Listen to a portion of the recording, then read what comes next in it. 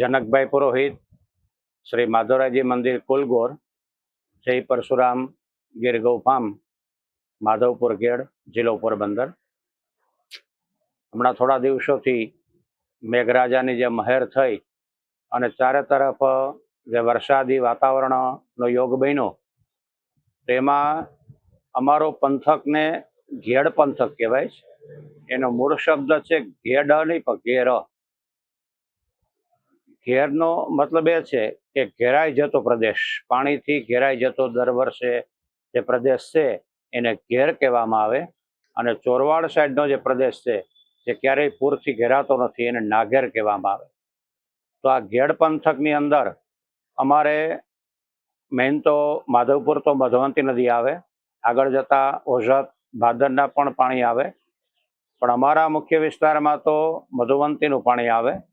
अने एमां वंथली, मेंदरडा आ जे विभाग छे, ओझतनुं पण थोडुं पाणी आमां साथे आवे अने एनाथी करी अने मारो घेड़ पंथक भराई जाय।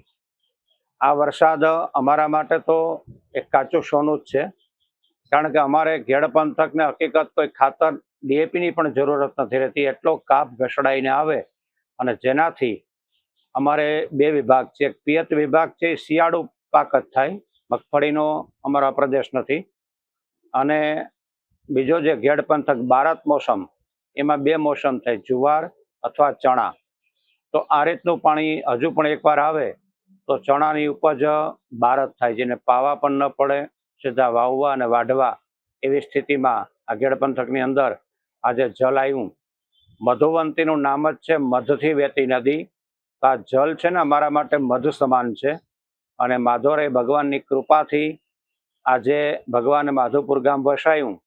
एमां जे आ कुंडू विस्तार कहेवाय अमारो, ए एक समुद्रनी एक समये खाडी हती अने भगवाने लग्न माटे थईने जे माधवपुरने दरियाने दूर कर्यो तो आजे अति कापथी फळद्रुप जमीन बनी अने अतिशय मीठाशवाળી आ जमीन अहींयानुं शाकभाजी पण एटलुं वखणाय। एनुं कारण छे आ काप जे बहारथी ढसडाईने आवे अने मेघराजानुं जे पूर छे, 4 महीना अमारे आ सतत डेमनी जेम ज पाणी भर्युं रहे अने ई पाणी तळमां उतरे।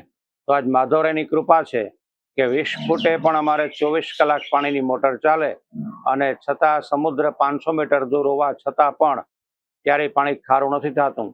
एनुं कारण छे नीचे रेती छे ने ए जलनो संग्रह करी शके, एटले ऑटोमेटिक जल स्रोतनो संचय थाय अने एने लीधे माधवपुर લીલું અને હરિયાળું બની રહી છે।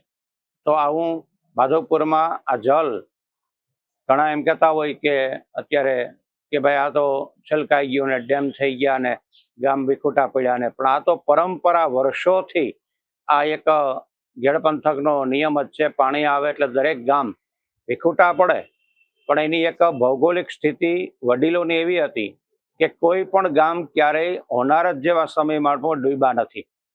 ડૂબ્યા ક્યાં કે આજના કોઈ પણ ભૌગોલિક સ્થિતિ વિચાર્યા વિના ગમે ત્યાં ખેતરમાં, પ્લોટિંગમાં ગમે ત્યાં મકાનો ઊભા કરે અને પછી કંઈક અમારા મકાનમાં પાણી ઘૂસી ગયા।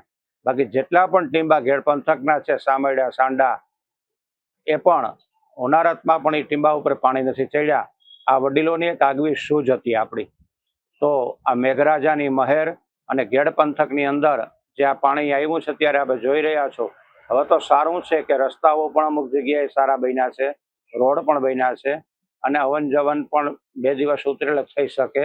એટલે અગાઉ તો ખાટલામાં લઈ આવવા પડતા એ સ્થિતિ હતી અને છતાં પણ ભગવાનની કૃપાથી घेड़ पंथकમાં માધવરાયની કૃપા અને મેઘરાજાની કૃપાથી આનંદની લીલા લહેર છે। જય માધવરાય।